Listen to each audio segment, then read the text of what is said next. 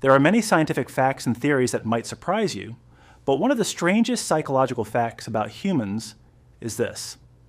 If we dislike something and express our hatred toward it, surprisingly over time, we not only don't move away from it, but we may actually become it ourselves. Why does this happen? Let's find the answer to this question in this incredible quote by Friedrich Nietzsche. "He who fights with monsters should be careful lest he thereby become a monster. And if you gaze long into an abyss, the abyss also gazes into you."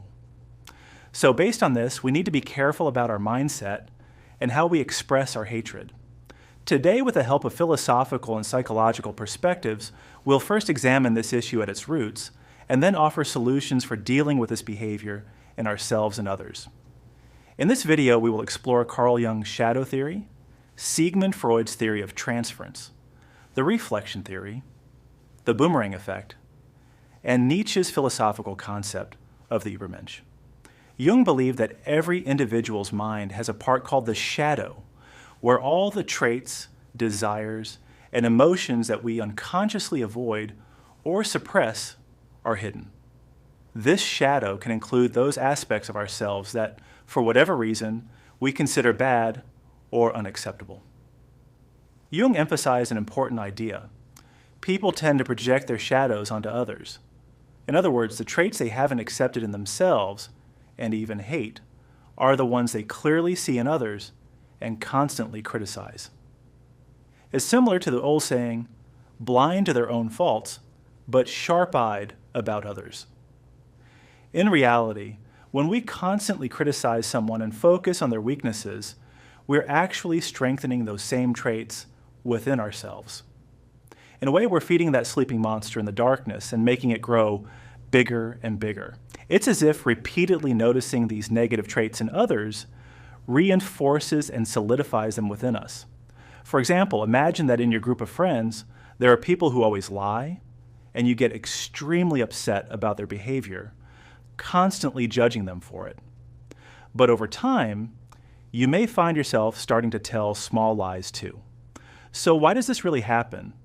It might be because you're afraid of criticizing yourself or acknowledging your own flaws. To avoid being judged by others, you run away from them. But that critical feeling still lives inside you. When someone else displays that behavior, those negative emotions are triggered within you.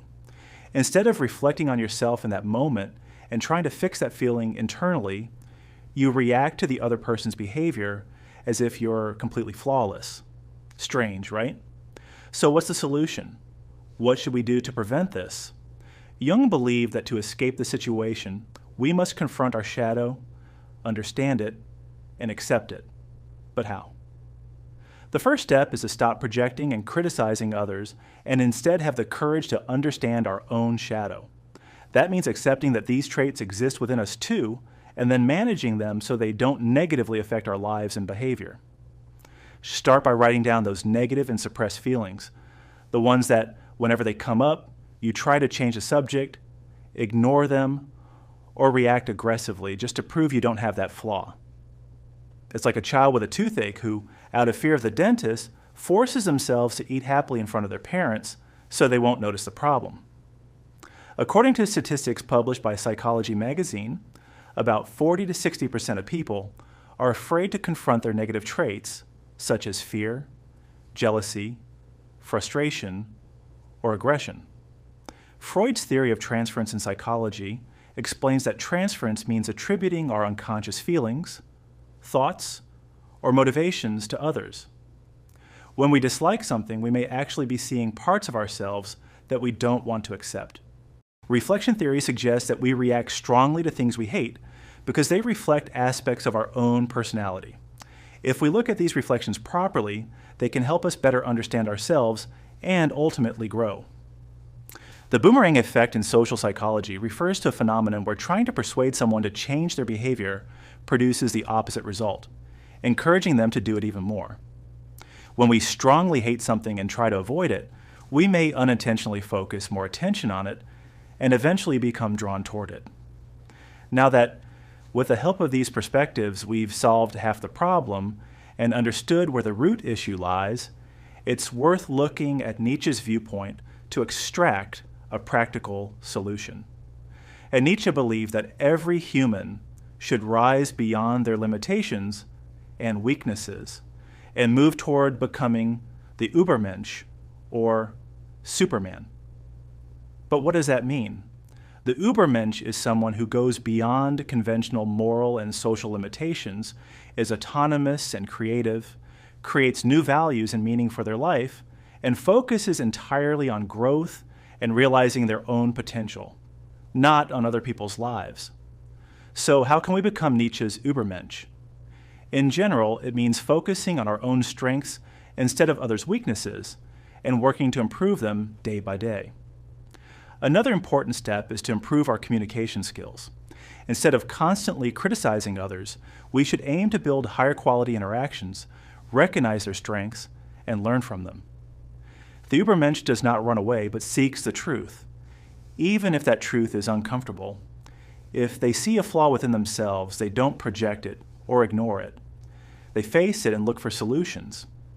In the end, like a child who looks at everything with wonder and curiosity, they interpret the world.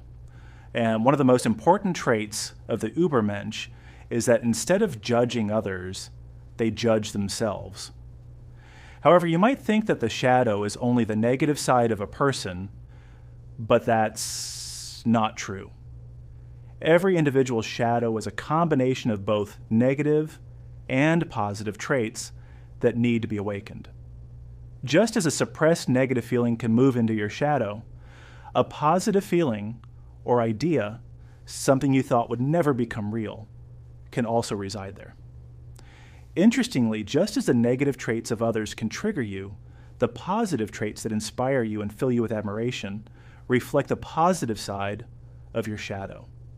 And once again, this connects back to Nietzsche's philosophy of the Übermensch, focusing on positive traits. But what do some people do instead? Rather than appreciating others' abilities, they become jealous and waste all their energy on it. They think that by speaking badly about someone, they've defeated them, when in reality, it's the opposite. By doing this, they push one of their own positive shadow traits into the negative side, suppress another talent, and form a new limiting belief. From a sociological perspective, societal standards have created beliefs that push us toward unnecessary jealousy and competition, like the keeping up with others mentality that has become very common through social media, something we've all likely experienced. Nietzsche believed that humans should always seek deep, philosophical questions and not accept shallow or meaningless answers. This perspective can help us better understand ourselves and shift our focus from others' weaknesses to developing our own strengths.